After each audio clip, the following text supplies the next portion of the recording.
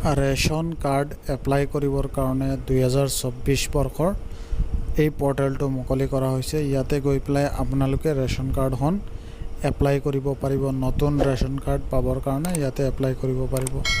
ওপৰত দিয়া লিংকটোত ক্লিক কৰি আপোনালোকে এই পৰ্টেলটোত গৈ পেলাই এনেকৈ এইটো চাওক, তিনিটা ছেকশ্যন আছে। এটা আধাৰ লগইন, এটা সেল্ফ ৰেজিষ্ট্ৰেশ্যন কৰি পেলাই আৰু এটা আছে।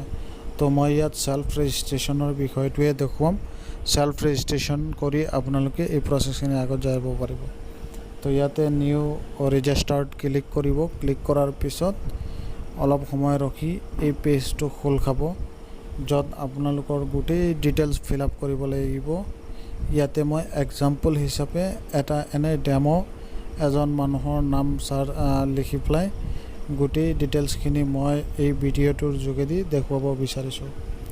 আৰু এটা কথা হ'ল, এই ভিডিঅ'টোত আপোনালোকে পূৰা এণ্ডিংলৈকে থাকিব, কাৰণ ইয়াত গোটেই প্ৰচেছখিনি বুজোৱা হৈছে। আপোনালোকে এই পৰ্টেলটোতে সোমাই এনেকৈ গোটেই date of birth, Aadhaar card number, address, mobile number, communication address গোটেইখিনি চাই মেলি ফিল আপ কৰিব লাগিব। আৰু তাতে গৈ পেলাই ফাইনেল ছাবমিট কৰাৰ পিছত আপোনালোকৰ এখন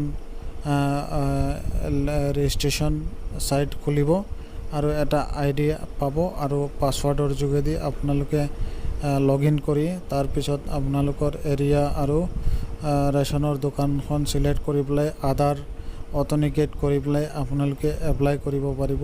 এই প্ৰচেছৰ যোগেদি এতিয়া ৰেচন কাৰ্ড নতুন অনলাইন এপ্লাই কৰিব পৰা হৈ আছে। তো এই প্ৰচেছত আপোনালোকে এপ্লাই কৰিব পাৰিব।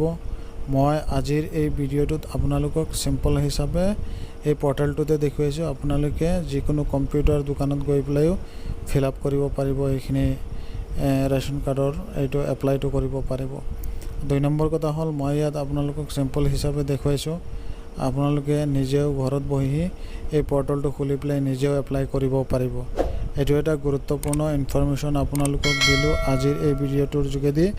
আপোনালোকে ৰেচন কাৰ্ডখন 2024 বৰ্ষৰ কাৰণে কেনেকৈ এপ্লাই কৰিব পাৰি, তো আপোনালোকে নিজৰ লগৰ কোনোবা বা ফ্ৰেণ্ডছ বা কোনোবা যদি বাকী থাকে, বাদ পৰি থাকে ৰেচন কাৰ্ডত নাম সোমোৱাই, তেওঁলোকে এপ্লাই কৰিব পাৰিব।